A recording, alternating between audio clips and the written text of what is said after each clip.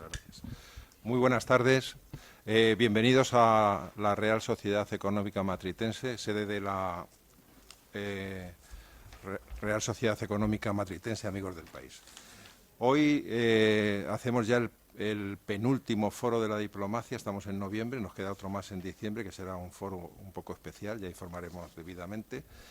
Y tenemos un país muy especial. Es un país que está reconocido... ¿No se oye? No. Bueno, es un país reconocido mundialmente por su neutralidad histórica, su innovación, su compromiso con los derechos humanos. Ocupa un lugar muy especial en el panorama global. No solo es un país que se destaca por su inigualable belleza natural y su diversidad cultural, sino también por su liderazgo en el área como la diplomacia, la tecnología, el desarrollo sostenible y la educación. La tradición de neutralidad la han convertido en un lugar privilegiado para la diplomacia y la cooperación multilateral, albergando numerosas organizaciones y foros de gran relevancia mundial, como las Naciones Unidas, el Comité Internacional de la Cruz Roja y la Organización Mundial del Comercio, entre otros. Hoy tenemos la gran suerte de recibir la visita del excelentísimo señor embajador de Suiza, Hans-Peter Monk.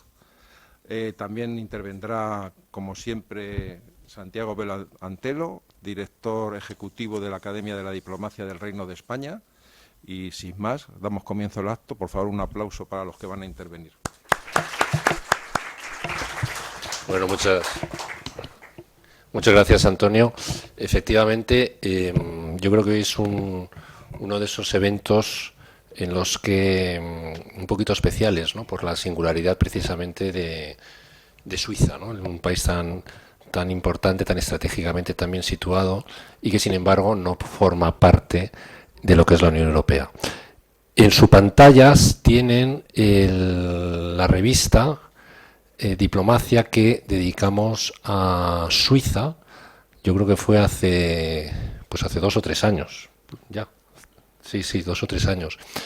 Que a mí me gusta especialmente, para empezar, por la portada, porque tenemos aquí al embajador en bicicleta, con zapatillas, y en el carromato pone necesito Suiza, ¿no? Entonces, la verdad es que es una portada muy original, porque es verdad que muchas de las portadas de la revista son un poquito, a veces, clásicas, pero esta portada quería traerla hoy aquí especialmente por la originalidad de Suiza. Fue además antes de que Suiza entrara en el Consejo de Seguridad de las Naciones Unidas, ¿no? Antes de darle la palabra al embajador, quería destacar en el propio artículo lo que destacamos algunas de las cosas más importantes, más que artículo era entrevista, ¿no? Comentaba el embajador, el titular es interesante y más, vamos a ver qué nos comenta hoy el embajador, especialmente con los problemas que hay actuales, ¿no? Suiza es un referente en materia de paz y de seguridad. Si no me equivoco, cuando publicamos esta entrevista todavía no estaba la guerra en Ucrania. Por lo tanto, vamos a ver qué cosas han podido cambiar desde entonces. Abogamos por un régimen comercial y económico mundial basado en normas. Esto se basa también en la promoción de un alto nivel educativo, una excelencia en la investigación y la promoción de la innovación. Esas son algunas de las cosas que destacábamos de la entrevista. En los últimos 20 años, nuestro país ha sido reconocido por su dedicada contribución a diversos proyectos e iniciativas de las Naciones Unidas, especialmente en lo que se refiere a la ayuda humanitaria, los derechos humanos, la presencia y resolución de conflictos, así como las cuestiones medioambientales. Aquí un tema que a mí me interesa mucho, vamos a ver qué nos comenta el embajador con respecto a la intervención de Suiza en la resolución de conflictos. Y 2 apuntes más que nos llamó mucho la atención en ese momento. El tamaño de los países individuales en el Consejo de Seguridad no es necesariamente un factor definitorio, se debe atribuir mucha más relevancia al perfil de un Estado miembro del Consejo de Seguridad. Y luego, el tema de la neutralidad de Suiza es uno de los fundamentos de nuestra participación fiable como constructor de puentes en cuestiones de paz y de seguridad. Fue dentro de la entrevista los puntos principales que quisimos destacar. Por lo tanto, si les parece, vamos a dar ya paso al embajador. Vamos a ver desde esta entrevista a su conferencia actual qué cosas han podido cambiar. Me interesa mucho el tema de la resolución de conflictos y vamos a darle, por lo tanto, ya el paso a la palabra al embajador. Muchas gracias. Bueno, muchísimas gracias. Gracias también por su presencia. Distinguidos amigos, excelencias, colegas del cuerpo diplomático, antes de empezar me permitirán, debido a las circunstancias, reiterar de parte de la Embajada de Suiza nuestras más sentidas condolencias por todas las pérdidas de vida y las pérdidas tremendas que causó la Dana y las inundaciones que afectaron a varias comunidades autónomas, muy especialmente a la región de Valencia. Nosotros desde la Embajada, en señal de duelo y solidaridad, pusimos a ondear nuestras banderas a media asta durante los 3 días que duró el duelo oficial. Y permítanme destacar que la solidaridad ejemplar de la sociedad civil se reflejó hasta un país como Suiza, donde hay una comunidad de españoles, que no son todos gallegos, muchos lo son, pero hay una comunidad importante y han tomado la iniciativa de reunirse, de reunir bienes de primera necesidad para mandar a las zonas afectadas, y me complace mucho ver que más allá de lo que es la comunidad española, esta iniciativa solidaria fue extendiéndose a la población de Suiza. Hoy vengo con unas palabras que titulé Suiza en el corazón de Europa sin ser miembro de la Unión Europea, crónica de una relación especial. Y cuando elegí el título de esta presentación no sabía todavía que el gobierno suizo haría, como ocurrió ayer, un balance político del estado de las negociaciones que ahora mismo estamos llevando a cabo con la Unión Europea. De hecho, por eso pensé interesante enfocar esta charla hacia las relaciones de Suiza con la Unión Europea. Es una coincidencia, pero creo que cae bastante bien en el contexto de esta presentación. Mi propósito en el día de hoy es presentarles en términos muy generales el estado de la política de integración suiza, integración con la Unión Europea. Suiza, un país que, sin ser miembro de la Unión Europea, es probablemente el país tercero más integrado en la Unión. Pero antes, creo oportuno, a modo de introducción, hablarles también a grandes rasgos de unas características de mi país, porque ayudan a entender tanto su política exterior como europea. Y ahora sí que tendría mi presentación PowerPoint que me serviría. Creo que tienes Pues, pues no creo tenerlo, pero si me tienen uno lo uso con gusto.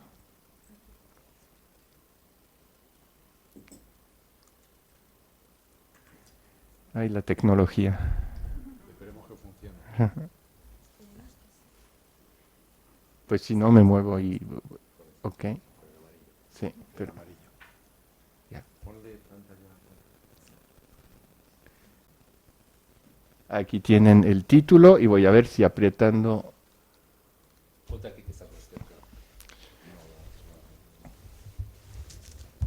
Con su permiso, perdón.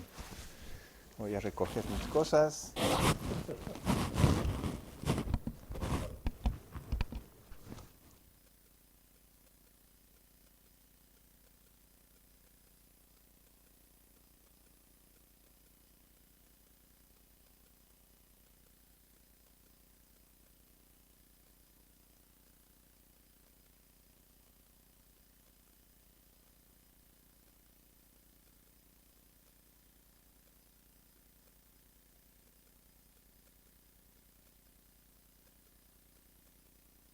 Ahora, micrófono y volvemos a empezar.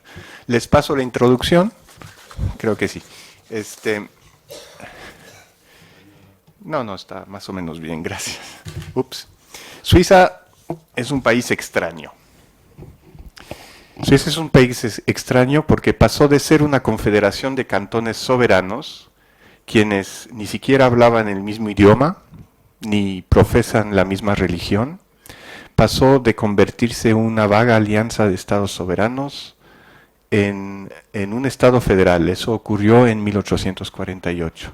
Un estado federal conformado hoy por la suma de 26 cantones, quienes, conforme a nuestra Constitución Federal, delegaron competencias a unas autoridades federales ejecutivas, legislativas y judiciales. Aquí se podría hacer un paralelo quizás con la Constitución española y el sistema de las autonomías, las comunidades autónomas en España, pero quizás con una diferencia, permítanme explicarla así, que el federalismo suizo es simétrico. Cada cantón suizo tiene exactamente las mismas competencias. Aquí se hablaría más desde un punto de vista de la técnica jurídica de un federalismo asimétrico. Y es una diferencia que hay que subrayar. En Suiza el sistema, el punto cardenal es el llamado principio de la subsidiariedad. O sea que solo las competencias centralizadas a nivel federal, esas únicas competencias, las necesarias a la gobernabilidad y seguridad del país, se trasladan a la autoridad federal. Son, por ejemplo, la defensa, las relaciones exteriores. Y toda competencia no específicamente atribuida a las autoridades centrales, pues sigue en la soberana competencia de cada cantón. Por ejemplo, en Suiza no existe una policía nacional, como la conocen otros países. Cada cantón tiene su cuerpo de policía cantonal. Y como Suiza es un país pequeño, eso implica que cada uno de los cantones tienen que hacer y negociar acuerdos entre ellos para cooperar, para permitir, por ejemplo, que si una patrulla de policía persigue a un ladrón, que pueda pasar las fronteras de un cantón a otro, eso precisa de acuerdos que permitan a la policía de Zúrich tener ejercer sus competencias en un cantón vecino. En ese sentido, esa construcción progresiva de Suiza como Estado se parece mucho a la construcción de la actual Unión Europea, si uno lo piensa. Es una cesión progresiva por los Estados miembros de competencias hacia las autoridades de la Unión, aunque también hay diferencias. Primero, la construcción de Suiza se hizo mediante un proceso muchísimo más lento. La fecha simbólica de nacimiento de Suiza es 1291 y la transformación en Estado federal es 1848. Nos tardamos mucho. Y nos tardamos mucho porque el proceso nuestro es un proceso, por utilizar un anglicismo, bottom-up, que parte de la base hacia la cima. La construcción europea se hizo al revés, más top-down, por decisiones que luego se fueron aplicando hacia la base. Voy a ver si esto se mueve. Otra característica de Suiza que me parece interesante, bueno. A ver, ¿dónde está? ¿Este? Supongo que no. Vas a la derecha, ¿no? Perdónenme, es que ni siquiera veo cómo funciona esto. Aquí quizás. No. Bueno. Le sigo apretando esto a ver si quiere moverse. Igual allí se apunta. ¿Hacia ahí? No funciona. Parece que no. ¿Y cómo lo muevo?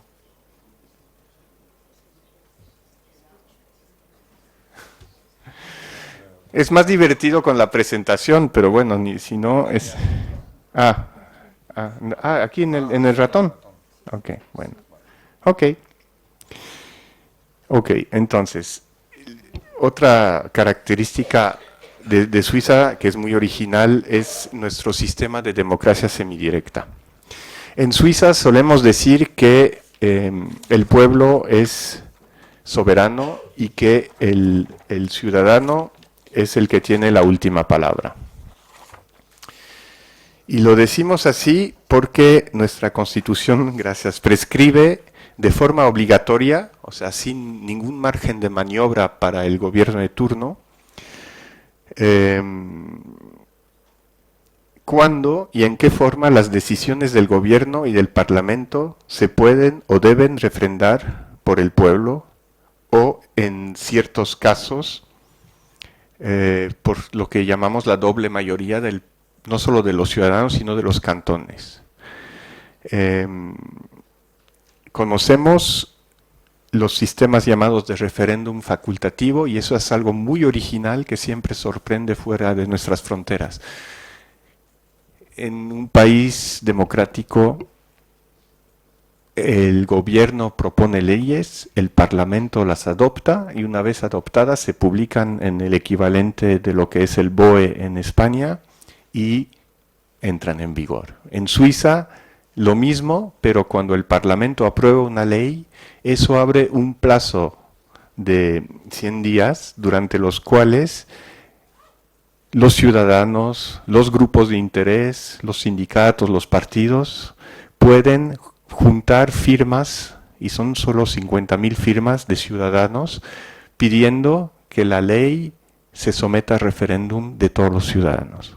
Si logran reunir esas firmas, se tiene que votar por mayoría simple de los ciudadanos.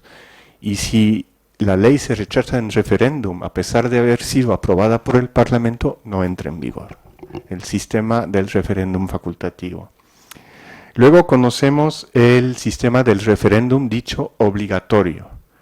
Ese se usa para modificar la Constitución Federal Suiza o para tratados que impliquen la adhesión del país a una organización supranacional, como puede ser Naciones Unidas, o de defensa colectiva, como es la OTAN. En ese caso tampoco hay margen de maniobra. Cualquier decisión del Parlamento en ese sentido se somete a referéndum. No hace falta juntar firmas, eso es así. Y se precisa de la mayoría no solo de los ciudadanos, sino de una mayoría de los 26 cantones. Este es un elemento federalista que se pone un poco en contradicción, o al menos en balance, con el elemento democrático, porque hay cantones grandes y muy poblados y cantones pequeños con poca población. O sea, se puede dar el caso que una mayoría de ciudadanos apruebe una modificación constitucional, pero que esa termine siendo rechazada porque no reunió la mayoría de los cantones. Y luego tenemos el derecho de iniciativa popular. Está bien. Ahí también necesita la doble mayoría. Es un sistema, se podría describir el referéndum como un freno. No me gusta lo que está proponiendo el Parlamento, lo paro. Y la iniciativa sería un acelerador. Yo quiero que se haga algo en este país. Entonces, ¿qué puedo hacer? Reúno 100.000 firmas para proponer un cambio de la Constitución. Por ejemplo, que las mujeres tengan derecho de voto y de ser elegidas. No es un ejemplo teórico, eso pasó. Entonces, reuniendo 100.000 firmas en un plazo de 18 meses, se puede proponer un cambio de la Constitución que implique las modificaciones que uno quiere. Pero al tratarse de un cambio de la Constitución, entonces se necesita un voto con doble mayoría del pueblo y de los cantones. ¿Cuáles son las consecuencias de este sistema para la Suiza? Estamos habituados a votar en promedio 4 veces al año, tanto a nivel federal como también a nivel de nuestros cantones, que sería el nivel autonómico o el nivel municipal. las decisiones que se toman con nuestros sistemas tienen una muy alta legitimación democrática, porque o se han tomado por referéndum y las ha aceptado la mayoría del pueblo, o no se pidió un referéndum y entonces se considera que tácitamente no había oposición. Pero el sistema, por otra parte, creo que se puede describir como siendo algo conservador, porque obliga al consenso político entre partidos. En Suiza es inimaginable que un partido tenga una mayoría absoluta en el Parlamento, pero aunque la tuviera, no podría decir yo hago mi programa, no me importan las oposiciones, porque siempre está el arma del referéndum y entonces los ciudadanos lo pueden frenar. Entonces, para evitar hacer leyes que luego son rechazadas en referéndum, la solución es tratar de negociar con las diferentes sensibilidades políticas y lograr un consenso. Creo que la palabra consenso es muy, muy importante en Suiza, en nuestro sistema digamos, político. Otra característica, a ver.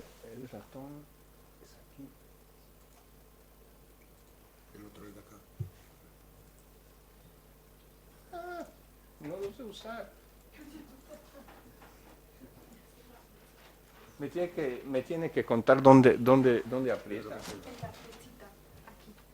Ah, ya.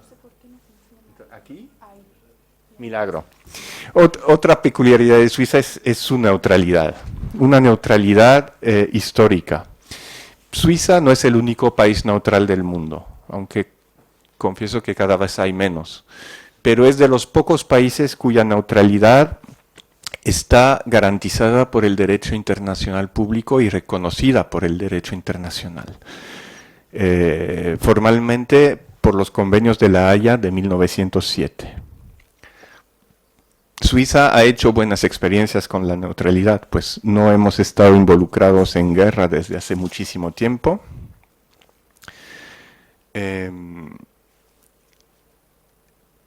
Y el sistema de la neutralidad suiza en realidad es un marco jurídico que implica pocas obligaciones y pocos derechos, pero que sí los implica. El derecho es el derecho a no ser atacado, puesto que el país es neutral por ninguna de las partes beligerantes. Esto se llama la garantía de la inviolabilidad del territorio. Y las obligaciones es la de defenderse en caso de ataque, y por eso Suiza es uno de los países del mundo que cuenta con el número más importante de soldados, porque en Suiza todavía conocemos el sistema de la conscripción, o sea que cada ciudadano varón de 18 años es incorporado y tiene que hacer su servicio militar. Y la otra obligación del país neutral, según el derecho internacional, es no apoyar militarmente a ninguno de los beligerantes en caso de guerra. Pero el concepto jurídico de neutralidad no implica una obligación de neutralidad moral, por decirlo así, o de equidistancia. Como lo suelen decir nuestros ministros, la neutralidad no significa la indiferencia. Por lo tanto, fuera del núcleo jurídico que acabo de tratar de explicar, la neutralidad política es mucho más flexible y se puede adaptar según las circunstancias. Y eso lo vimos en el transcurso de la historia reciente de Suiza. Suiza empezó, después de la Segunda Guerra Mundial, teniendo una interpretación muy restrictiva de su neutralidad. Se solía decir en Suiza, la mejor política exterior para Suiza es no tener política exterior.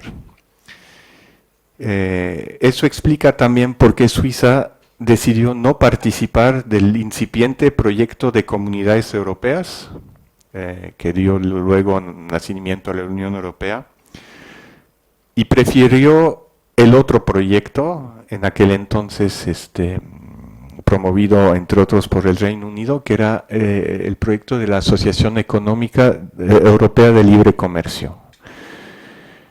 porque la Asociación Europea de Libre Comercio solo tenía fines de intercambio comercial, no tenía un fin de construcción política y de delegación de competencias a una autoridad superior.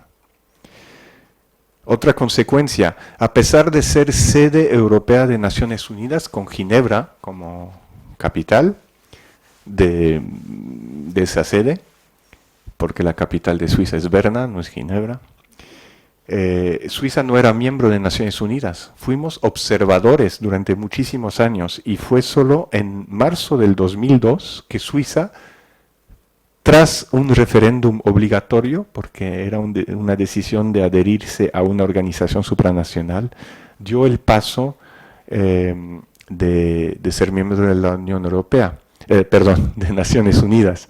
¿Qué había pasado?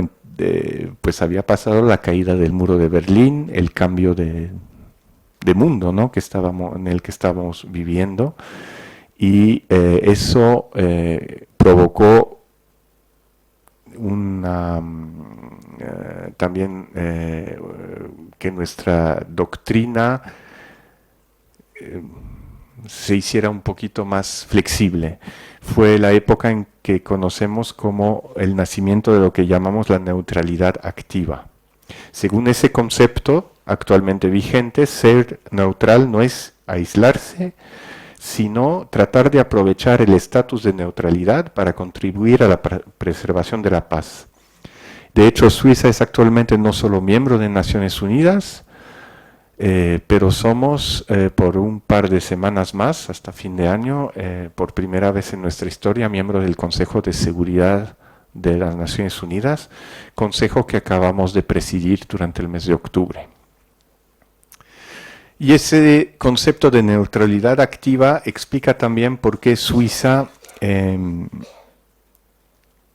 toma claramente posición en casos de violaciones del derecho internacional, como fue el caso de la agresión de Rusia contra Ucrania.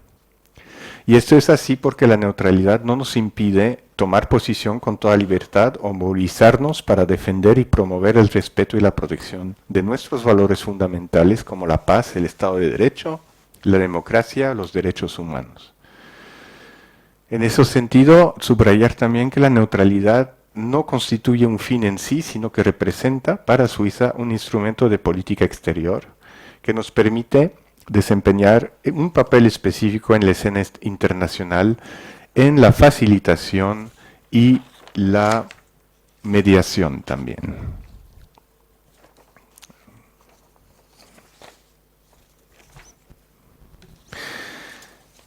Voy a tratar de ir más rápido porque si no se me van a dormir. Y ahora me tengo que acordar la flechita con el puntero, con el ratón. Ya. Bueno, Suiza, como muchos países, en materia de política exterior tiene unas planificaciones.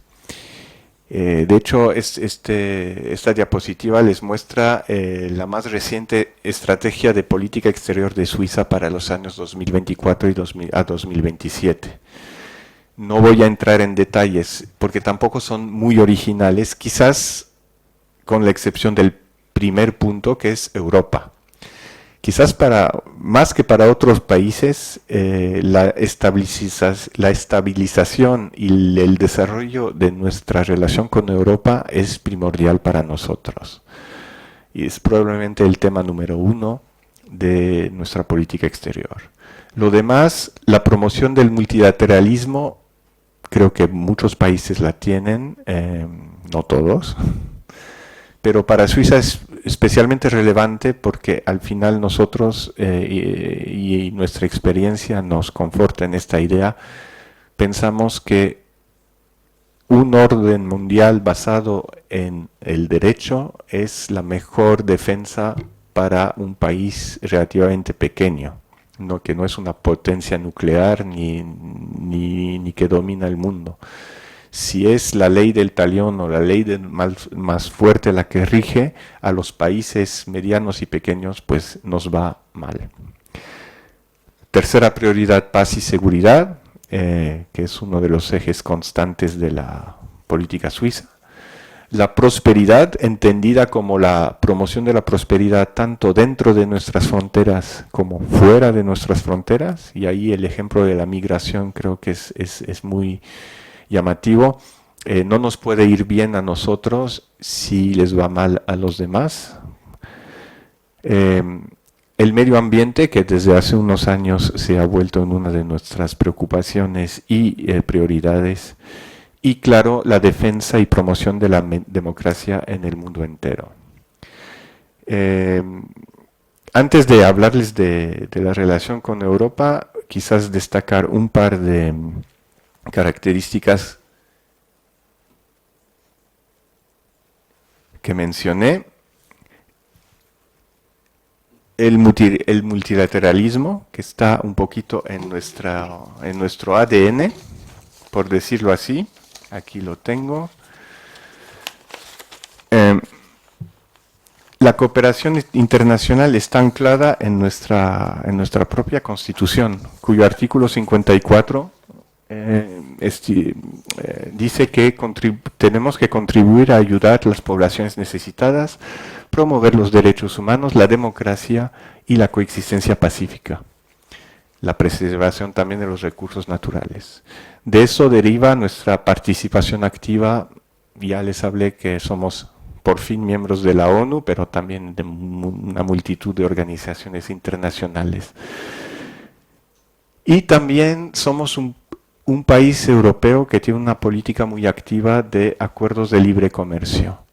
Y en ese sentido se puede decir que nuestra no pertenencia a la Unión Europea nos da cierto margen de maniobra para negociar acuerdos cuando y donde la Unión Europea o no quiere, o no puede, o le cuesta mucho avanzar.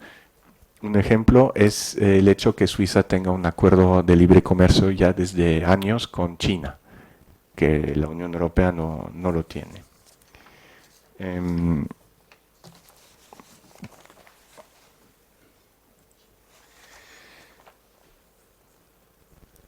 Otra característica es lo que llamamos la Ginebra Internacional.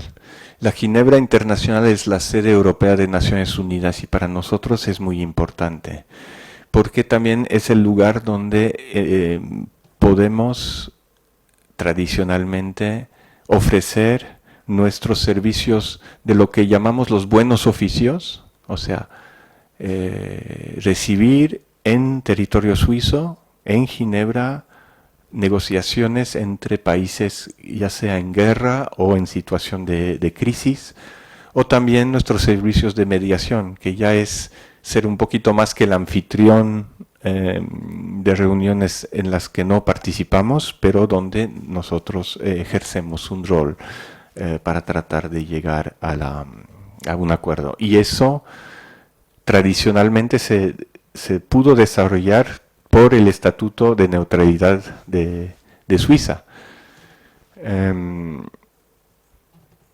De hecho, otra especialidad nuestra, ya fuera de nuestro territorio, son la representación de intereses diplomáticos de países en conflicto.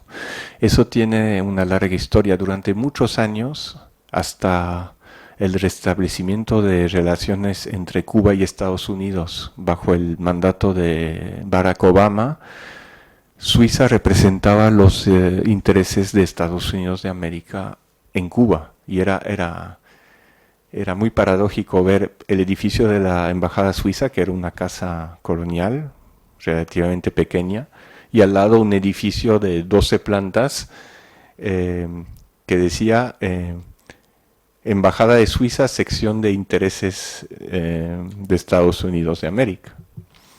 Y eran funcionarios norteamericanos, pero todos bajo bandera suiza y bajo protección de Suiza. Hay otros ejemplos. Hoy en día nosotros representamos los intereses de Georgia en Rusia y viceversa de Rusia en Georgia. También desde la revolución en Irán representamos los intereses de Estados Unidos en Irán. Y el más reciente mandato, quizás hayan escuchado hablar de eso, representamos los intereses de México en Ecuador y de Ecuador en México. Y eso se dio hace poco cuando los dos países rompieron sus relaciones diplomáticas. Una palabra sobre la tradición humanitaria, porque si no puedo no mencionarlo. Gracias.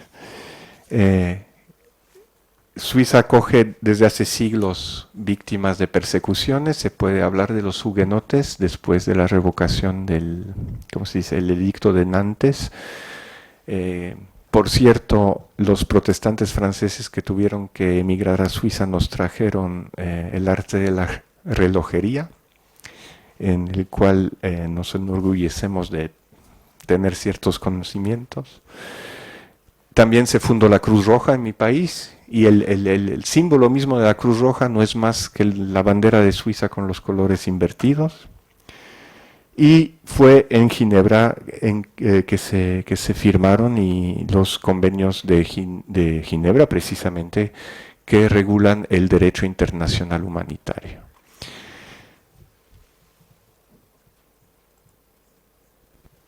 Bueno, la guerra en Ucrania.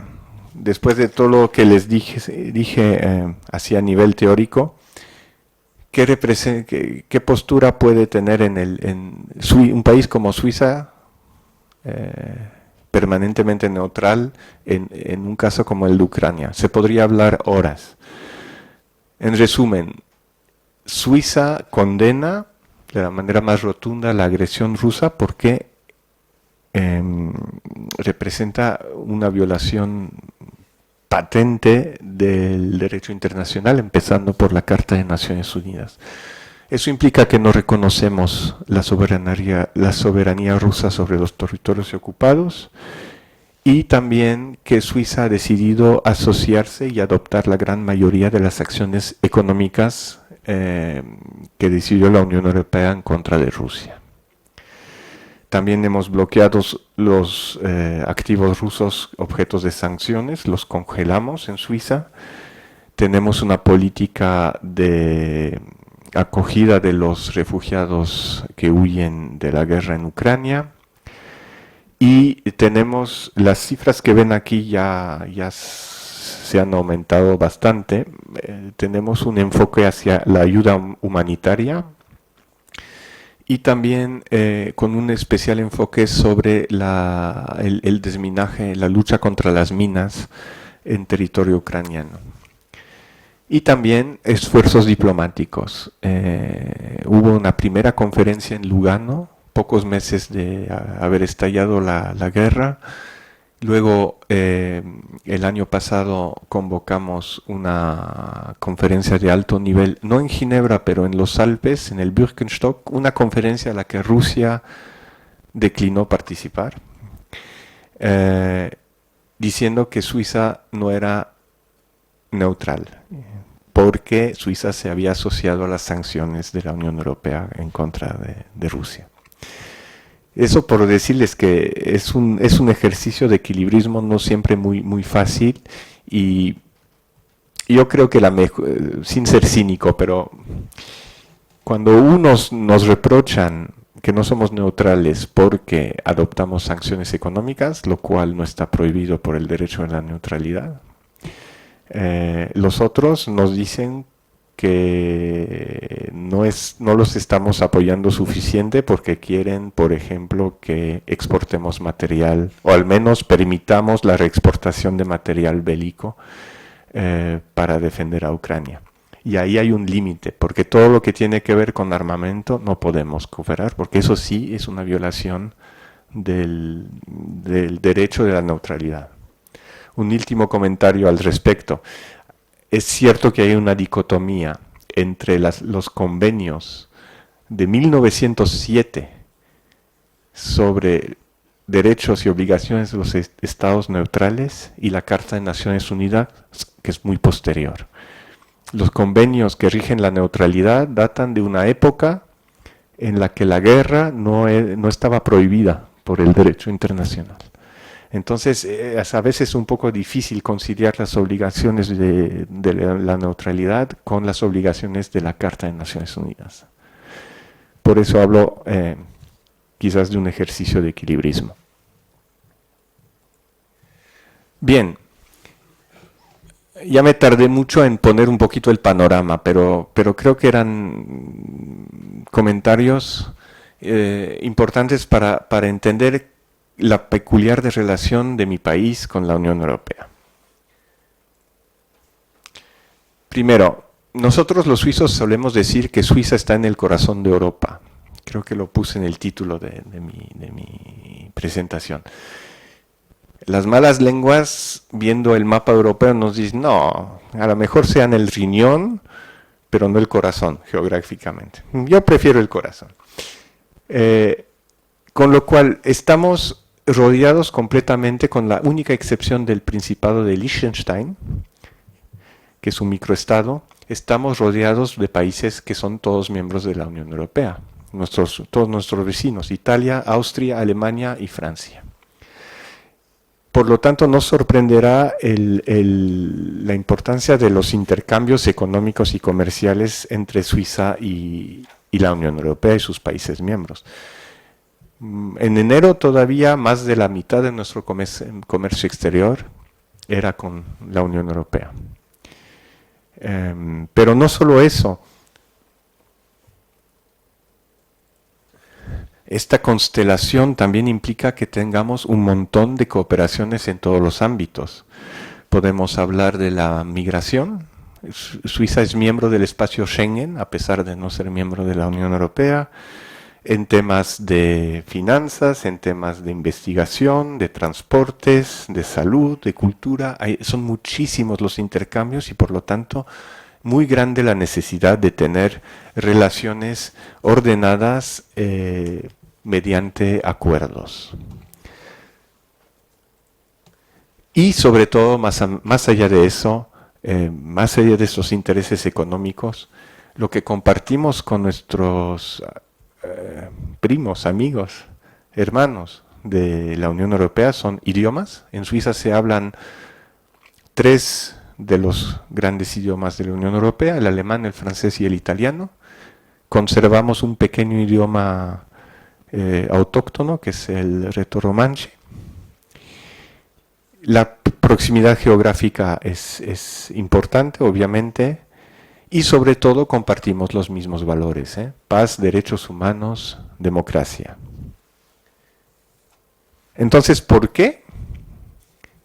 Teniendo tantos intereses en común, tantos intercambios, Suiza no es miembro de la Unión Europea, sino únicamente con lo que iba a decir lo que queda de la Asociación Económica de Libre Comercio, una asociación que hoy en día reúne 4 países, que son Noruega, Islandia, Suiza y Liechtenstein.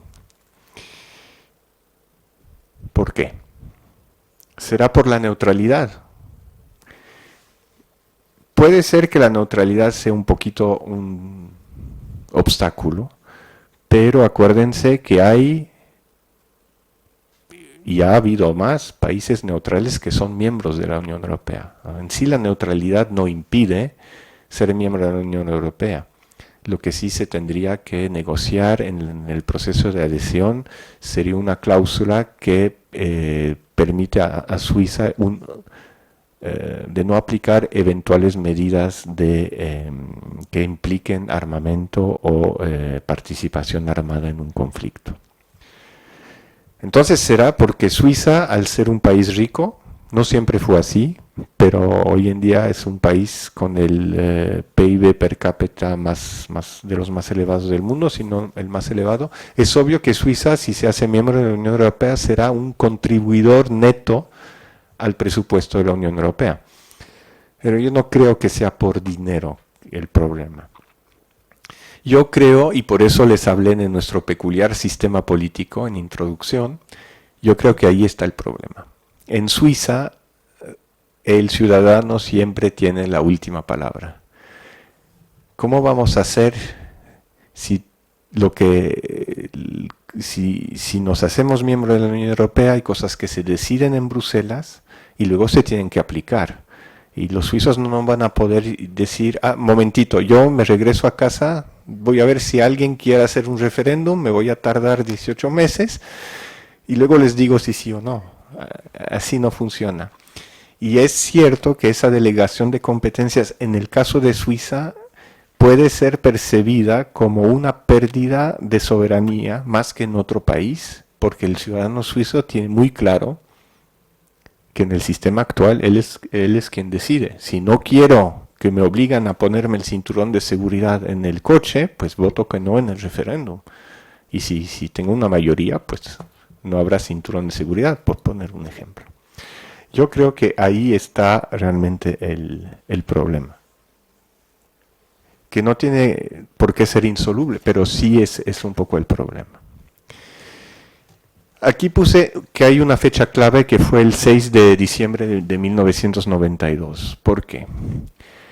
Porque hasta los años 90, la Unión Europea no estaba tan adelantada en su proceso de integración. Entonces, los problemas de coexistencia para Suiza no eran tantos, pero con el mercado único europeo se complicó mucho las cosas. Y de hecho, la propia Unión Europea lo vio así.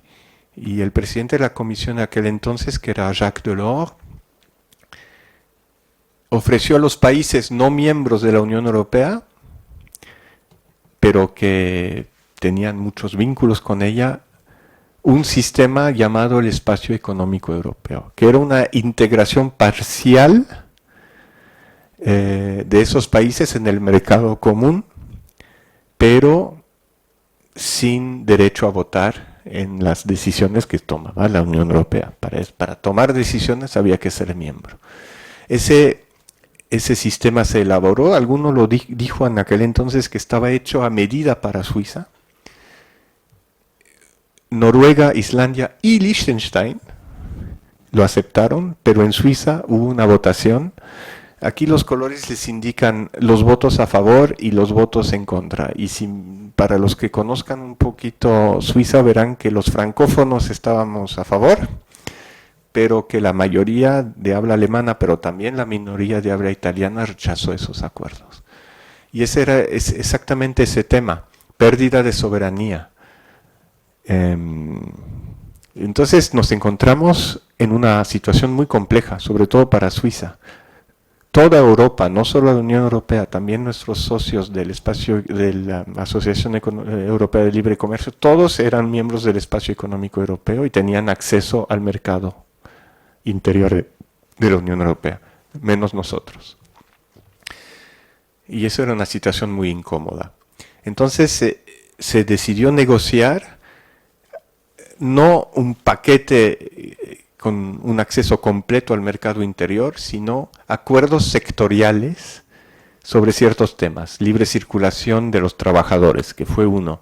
Libre circulación de del transporte terrestre, del transporte aéreo. Y en 1999 se concluyeron 7 acuerdos que nosotros llamamos los acuerdos bilaterales 1, dando un acceso parcial y sectorial a Suiza al mercado de la Unión Europea y ofreciendo obviamente a la Unión Europea el acceso correspondiente al mercado suizo. En 2004 tuvimos otro paquete de acuerdos, ya más enfocados a temas de seguridad, y es por eso que Suiza es miembro del espacio Schengen, por ejemplo. Lo cual es un poco paradójico. Pero no somos miembros de la Unión, pero sí del espacio Schengen. Y después logramos todavía, pero a ritmo mucho más lento, negociar nuevos acuerdos. Aquí tienen un poquito, no se puede ver bien en detalle, pero es una línea de tiempo con las negociaciones y los acuerdos que hemos concluido. Y verán que mientras vamos hacia arriba, cada vez son menos los acuerdos. Porque pasó algo. Y lo que pasó es que el balance que hizo Suiza de ese camino bilateral y sectorial, pues es muy positivo. Los suizos consideraron que nos iba muy bien así. No sacrificábamos nuestro sistema político, que es muy importante para nosotros, pero sí lográbamos un acceso al mercado interior. tanto nos gustó a los suizos este sistema que algunos lo llamaron el Königsweg, la vía real de la integración europea de Suiza. Y que el gobierno suizo en 2010 decidió retirar la petición de adhesión a la Unión Europea que había hecho antes del referéndum de 1992 sobre el espacio económico europeo. Hasta el 2010, más o menos, Suiza era oficialmente un país candidato a la adhesión. Y ahí decidimos, bueno, vamos bien así, no queremos más que eso y no seremos candidatos. Y ahí fue cuando el interés de Suiza para proseguir en esa vía complicada, pero para nosotros exitosa, de acuerdos sectoriales, se puso en conflicto con los intereses de la Unión Europea. Porque si uno le preguntaba a un funcionario de la Comisión Europea en Bruselas acerca del modelo suizo de integración europea, él contestaba, eso no es un modelo, es un accidente. ¿Y por qué es un accidente? Porque la Unión Europea se involucró en esas negociaciones pensando que era un método para facilitar la adhesión de Suiza a la Unión Europea.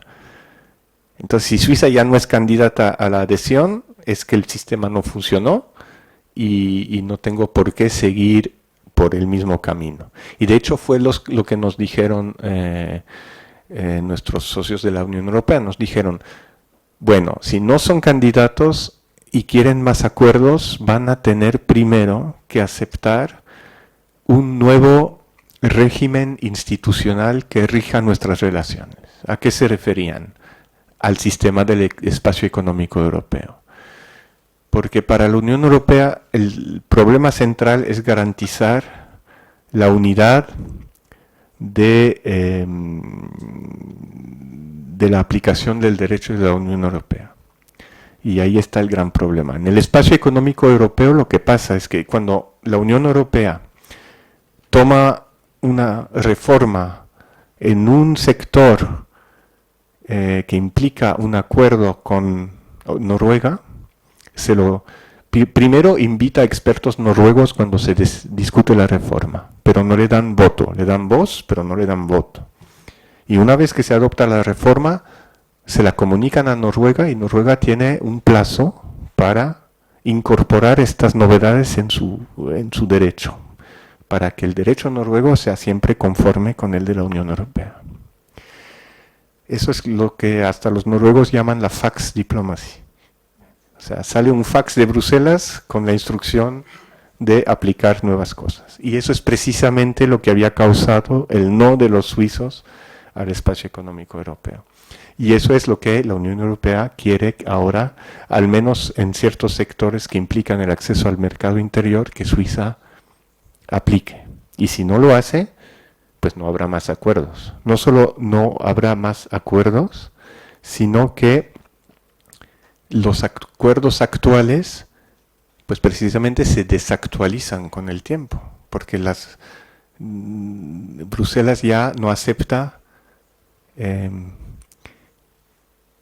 mantenerlos al día con decisiones, por ponerles un ejemplo, hay un sistema de equivalencia de las bolsas de valores.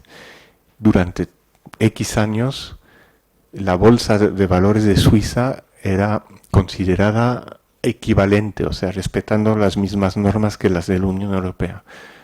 Y de un día para otro, Bruselas decidió no actualizar esa equivalencia. No por un motivo de fondo, sino simplemente porque no querían actualizarlo.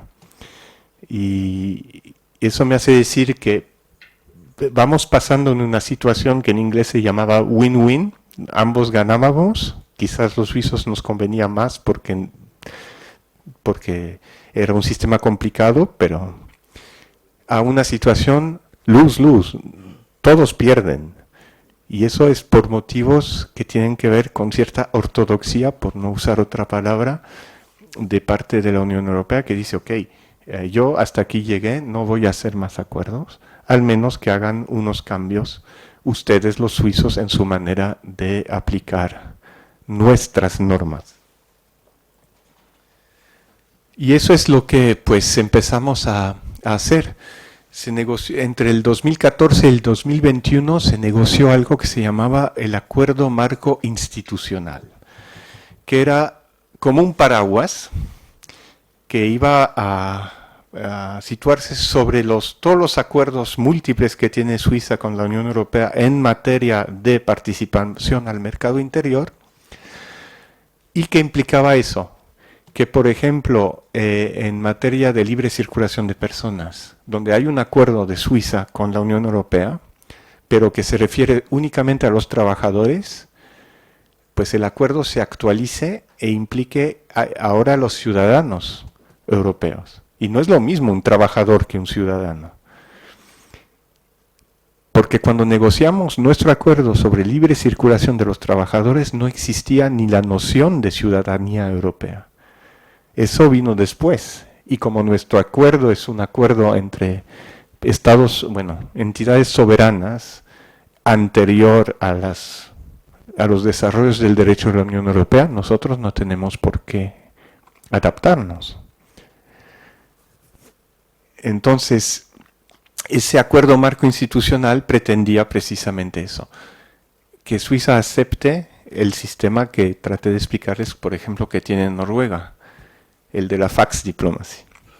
Y también pretendía resolver qué hacemos cuando hay una querella entre Suiza y algún país de la Unión Europea o entre Suiza y la Comisión Europea para saber si aplicamos bien o no los acuerdos. No, nosotros no somos miembros de la Unión Europea. La Corte de Justicia de la Unión no tiene jurisdicción en Suiza. Entonces, ¿cómo hacemos? Bueno, hablamos durante años del tema y en 2021 el gobierno suizo consideró que el resultado de la negociación no le permitía arriesgarse a ir a un referéndum, porque eso sí que iba a referéndum, pero seguro en Suiza. Y había muchas oposiciones. Entonces decidió terminar las negociaciones. Claro que hubo un enojo por parte de la Comisión Europea. Pero nosotros propusimos otra forma de negociar. En lugar de una solución llamada horizontal, con un acuerdo marco que se aplicara a todo, hemos propuesto una negociación vertical. Acuerdo por acuerdo, y un paquete de negociación que incluyera otros temas. ¿Por qué? Porque lo que necesitamos en Suiza es tener algo que llevar al referéndum que no sea solo concesiones desde el punto de vista del ciudadano suizo a la Unión Europea, pero también que tenga elementos que nosotros consideramos que son positivos para Suiza. Entonces, logramos convencer a la Comisión Europea de tener una negociación de un enorme paquete. Y aquí tienen los grandes temas que estamos negociando. Puse colores diversos. Cuando pone UE en azul es porque son temas que interesan a la Unión Europea. Cuando pone CH en Suiza, en rojo, es porque son temas que probablemente interesen más a Suiza. Y los demás colores son cómo van las negociaciones. En verde estamos ya de acuerdo. Y en morado son los temas que todavía están en discusión. Son negociaciones muy complejas. Para los que no pueden ver bien, porque no está tan fácil. El paquete incluye nuevos acuerdos, y eso nos interesa bastante a nosotros los suizos. Uno sobre el mercado de la electricidad. En realidad interesa a ambas partes, pero Suiza, al no ser miembro de la Unión Europea, no es miembro del mercado de electricidad tampoco. Nuevo acuerdo sobre seguridad alimentaria, sobre salud también. Nuestra participación garantizada en los programas de investigación, de innovación y formación de la Unión Europea. También juventud, deporte y cultura y todos esos ámbitos. Horizon Europe, Erasmus, porque éramos miembros, pero nos echaron. Nos cerraron la puerta. Luego, los elementos institucionales de los que les hablaba. Cómo adaptamos los acuerdos a las evoluciones posteriores del derecho de la Unión y cómo solucionamos los conflictos. Está el tema muy técnico, pero muy importante, de la regulación de las ayudas estatales, les aides d'État, State Aid. Luego, la libre circulación de las personas. La Unión Europea quiere que sea libre circulación de las personas y no únicamente los trabajadores. Y Suiza pretende tener ciertas excepciones. Ya les hablaré del tema en un segundo. Luego, una contribución de Suiza al sistema de cohesión de la Unión Europea, el mecanismo a favor de los estados menos, digamos, desarrollados económicamente de la Unión Europea. Suiza hasta ahora a veces hace unos pagos que consideramos nosotros unas contribuciones soberanas sin obligación, y la Unión Europea quiere que nos comprometamos a pagar un monto que sea como el ticket de acceso al mercado interior de forma regulada por un acuerdo. Y luego el último tema que nos interesa a los dos, establecer un diálogo político institucionalizado, porque a pesar de ser vecinos y tener tanto en común, pues hasta hoy en día eso no lo tenemos. Entonces, a partir de marzo de este año empezamos a negociar, pero negociar muy intensamente en realidad, porque hay 114 grupos de negociación. De los 7 ministerios que tiene el gobierno suizo, 6 están implicados en esas negociaciones. El único que no lo está es de la defensa. No tenemos gran cosa que negociar en materia de defensa, pues somos neutrales. Y estamos ahora en un momento clave, porque ambas partes, de hecho, la presidenta de Suiza se acaba de encontrar con la presidenta de la Comisión Europea hoy mismo en Budapest, en el marco de la Comunidad Política Europea, y hay un bonito tweet de von der Leyen que dice que tenemos que llevar esto a buen puerto antes de fin de año, que ambas partes están comprometidas en tener un resultado de negociación. Hay muchos temas todavía que quedan por resolver. Solo les voy a mencionar el tema de la libre circulación, porque es un buen ejemplo. Suiza es el país uno de los países de Europa con el porcentaje de población extranjera más elevado, después de Luxemburgo. Y también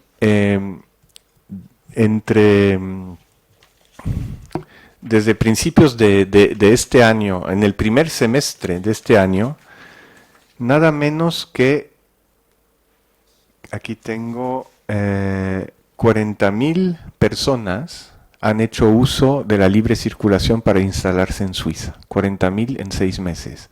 Eso es la mitad de la ciudad de Lucerna, por darles una idea, o 2 veces mi ciudad, que es Vevey, o la de Montreux, donde está el Jazz Festival, en 6 meses. Suiza tiene 9 millones de habitantes y tiene un crecimiento demográfico, pero debido a la inmigración en general y a la libre circulación importante. De hecho, hoy en día 10% de todos los ciudadanos de la Unión Europea que trabajan y viven fuera de su propio país, viven en Suiza. Un país de 44.000 y algo kilómetros cuadrados. O sea, sí hay no digo que sea un drama, pero sí hay una presión, o sea, en todo lo que es nuestros sistemas, infraestructuras, temas de precios de la vivienda, etcétera, etcétera.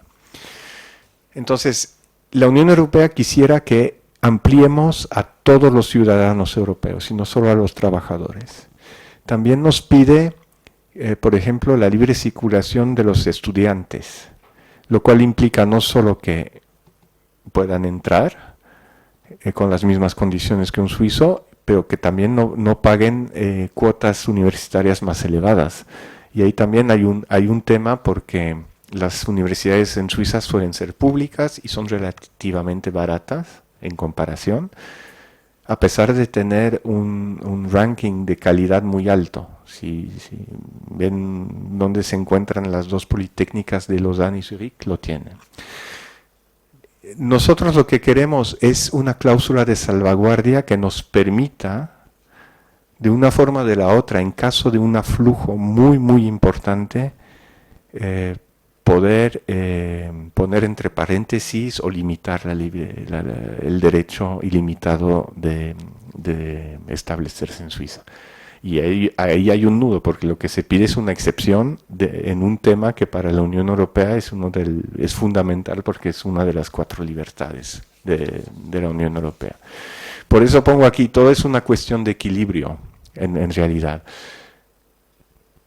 Ambas partes quieren llegar a un acuerdo, estamos muy avanzados, pero cuando lo tengamos, hay un problema adicional en Suiza en comparación con la Unión Europea. Es que cuando tengamos un acuerdo, nosotros vamos a tener que venderlo al ciudadano. Y ahí, por eso necesitamos un equilibrio que nos permita ganar un referéndum. Porque fracasar en un referéndum nos pondrá en una situación en la que probablemente poca cosa se moverá en los años venideros, hasta que se vuelva a encontrar otra idea mágica para volver a hacer otro paquete, no sé. Un plan B en estos momentos no hay. Permítanme la comparación con Andorra, que negoció con los microestados un acuerdo de asociación con la Unión Europea y está precisamente en esa fase. Van a tener un referéndum. Y que yo sepa, que no soy andorrano, tampoco tienen un plan B. Así que es muy importante, por más pesado y complejo que sea este último tramo de la negociación, es muy importante que al final tengamos una balanza, si no perfectamente, al menos no demasiado desequilibrada, porque eso es muy complicado en miras a un potencial referéndum. Y en conclusión, pues decirles, como ya les dije, tanto a Suiza como a la Unión Europea nos interesa mantener buenas relaciones. Nosotros queremos garantizar y ampliar nuestro acceso al mercado interior de la Unión Europea, y por su parte la Unión Europea lo que le importa es la aplicación de las mismas normas para todos, lo que llaman el level playing field, que no haya soluciones específicas o excepciones, o al menos no demasiadas, a favor de Suiza. Y todo la problemática creo que se puede resumir en la palabra equilibrio. Tenemos que encontrar un equilibrio. Y quiero, para terminar, que ya me pasé demasiado de tiempo y les pido disculpas, citar a un asesor del presidente John Fitzgerald Kennedy, que dijo, eso fue durante la crisis de los misiles en Cuba, donde Suiza, con su estatus tan peculiar, con su neutralidad, con su manera de mediar y de ofrecer sus buenos servicios, él llegó a decir que si Suiza no existiera, habría que inventarla. No estoy absolutamente seguro que los comisarios europeos de hoy en día dijeran lo mismo, pero lo que sí creo es que el futuro de Suiza está en Europa, y que son tantos los valores que compartimos y que tenemos en común, que no hay otra opción que llegar a sortear las dificultades técnicas de nuestras negociaciones para dar un paso adelante en nuestra relación. Y eso pues lo veremos, porque estamos ya en noviembre y el objetivo es terminar con el paquete de negociaciones de aquí a fin de año. Luego, lo que será la fase de ratificación es otra cosa, y más con un referéndum en Suiza. Eso no terminará antes del 2026-2027. Pero yo creo que ya es hora, al menos que lleguemos a la fase de presentar tanto a los Estados miembros de la Unión Europea como a los ciudadanos suizos una solución. Y luego veremos si se logra o no su aprobación. Espero no haberlos aburrido demasiado. Ya sé que a veces es técnico y les agradezco nuevamente su atención y compañía.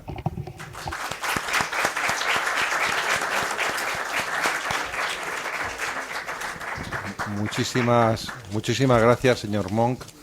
Yo tengo una curiosidad. ¿Qué porcentaje de participación tienen las votaciones en los referéndums?